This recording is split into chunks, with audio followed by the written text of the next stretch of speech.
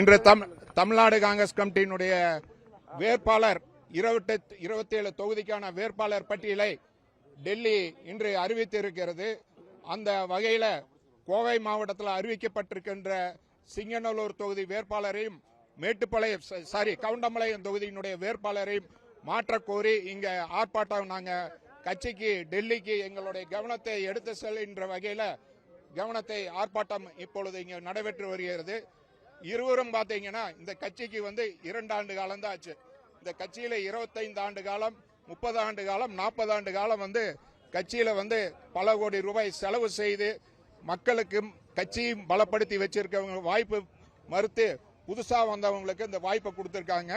Tamil Nadu Congress committee தவறான தகவலை டெல்லிக்கு கொடுத்து தலைவர் ராகுல் காந்திக்கும் தவறான தகவலை கொடுத்து 2 தொகுதியிலையும் பாத்தீங்கன்னா கட்சியில எந்த சம்மதம் இல்லாத ஒரு வேட்பாளர்களை இன்று அறிவிக்கப்பட்டிருக்கிறது. அந்த வேட்பாளர்களை மாற்றி அறிவிக்க கோரி தொடர் போராட்டம் கோவை மாவட்ட காங்கிரஸ் கமிட்டியின் சார்பாக இங்கு நடைபெறும். தொடர்ச்சியாக வேட்பாளர் மாற்றும் வரை போராட்டம் தொடரும். இவ்வளவு நாள் பொறுத்திருந்தா உங்க கட்சி தலைவர்கள் தான் பார்த்து சரியான முடிவு எடுத்ததா அனௌன்ஸ் பண்ணிருக்காங்க. இதுல எப்படி தவறு நடந்திருக்கு? இல்லைங்க, இதுக்கு பாத்தீங்கன்னா தவறான தகவல் தமிழ்நாடு காங்கிரஸ் கமிட்டி டெல்லி கொடுத்திருக்காங்க. சிங்கநல்லூர் வேட்பாளர் பாத்தீங்கன்னா 2021ஆம் ஆண்டு மக்கள் நீதி மையத்தில் உடுமலைப்பேட்டை தொகுதியில் போட்டி போட்டிருந்தாங்க. போட்டி போட்டு தோல்வி அடைஞ்சாங்க. அதுக்கப்புறம் அதிமுக போனாங்க, பிஜேபி போயிருந்தாங்க. பாத்தீங்கன்னா இப்ப பிஜேபிக்கு போயிட்டு திருப்பி காங்கிரஸ்க்கு வந்திருக்காங்க.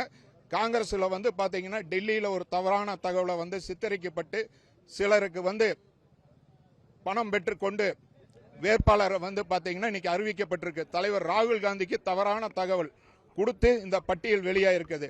அதே மாதிரி கட்சிக்காக பாத்தீங்கன்னா 25 ஆண்டு 30 ஆண்டு கால கோவை மாவட்டத்தில் ஆட்சி அதிகாரத்தில் நாங்க எதுவுமே இல்லாவிட்டாலும் கூட கட்சி ஒரு பலமான ஒரு நிலைமையில இந்த கோவை மாவட்டத்தில் 10 சட்டமன்ற தொகுதியும் பாத்தீங்கன்னா கட்டி காத்துட்டு வர்றவங்க, கோடிக்கணக்கான ரூபாய் செலவு செஞ்சவங்களுக்கு நீங்க மிகப்பெரிய மனவேதனை ஏற்பட்டிருக்குது, மன உளைச்சல் ஏற்பட்டிருக்கு. மிகப்பெரிய அதிர்ச்சியா இருக்கு எங்களுக்கு பட்டியலை பார்த்ததுக்கு அப்புறம். அதனாலதான் எங்க நண்பர்கள்லாம் ஒண்ணு கூடி டெல்லிக்கு கவனம் போகணும், தலைவர் ராகுல் காந்தியோட கவனத்துக்கு போகணும்னு சொல்லி மிகப்பெரிய ஒரு போராட்டத்தை இங்க கவனத்துக்கு எடுத்து செல்வோம்னு சொல்லி நடத்தி இருக்கோம். இல்லைங்க, நிறைய நிர்வாகிகள் கேட்டிருக்காங்க, வேட்புமனு கொடுத்திருக்காங்க, விருப்ப மனு கொடுத்திருக்காங்க. பிஎஸ்சி மீட்டிங் போன வாரம் ஞாயிற்றுக்கிழமை நடந்தது. அதுல பாத்தீங்கன்னா 3 பேர் கொண்ட பட்டியல் தயாரிக்கப்பட்டது. அதுல பாத்தீங்கன்னா இவங்க 2 பேர்த்தோடைய பேர் அந்த பட்டியல் இல்ல. சிங்கநல்லூர் தொகுதியில பாத்தீங்கன்னா அவங்களுடைய பேர் இல்ல, கவுண்டமலையம் தொகுதியில் அவங்களோட பேர் இல்ல. அதுக்கப்புறம் பாத்தீங்கன்னா ஒரு தவறான ஒரு ரிப்போர்ட்டை டெல்லிக்கு தயாரித்து கொடுத்து இன்னைக்கு அறிவிக்கப்பட்டது மிகப்பெரிய ஒரு அதிர்ச்சி ஏற்பட்டிருக்கு. மாற்றுக் கட்சிக்கு கூட இவங்க யாருன்னு தெரியாது, கூட்டணி கட்சிக்கு இவங்க யாருன்னு தெரியாது. அந்த மாதிரி ஒரு சூழ்நிலையில் அறிவிக்கப்பட்ட வேட்பாளர்கள் காங்கிரசுக்கு மிகப்பெரிய ஒரு பின்னடைவை கோவை மாவட்டத்தில் ஏற்படக்கூடிய ஒரு சூழ்நிலை இப்பொழுது ஏற்பட்டிருக்கு. தொண்டர்கள் மாவட்டம் முழுவதும் ஒரு கொந்தளிப்போட இருக்கிறாங்க. தலைவர் ராகுல் காந்தி கட்டாயம் வேட்பாளரை மாற்றி அறிவிப்பார் என்று நம்புகிறோம். சார், பட்டியல் தயாரிச்சு அனுப்பிச்சவங்க, பட்டியல் யார் தயாரிச்சாங்களோ அவங்க தயாரித்தவங்க தவறான தகவல் கொடுத்து மேலிடத்துக்கு அனுப்பிச்சு வச்சிருக்காங்க. இந்த கவுண்டமலை வேட்பாளர் பாரம்பரிய காங்கிரஸ்காரர் தான் சொல்றாங்க. அவரை எதிர்க்கிறதுக்கான காரணம் என்ன?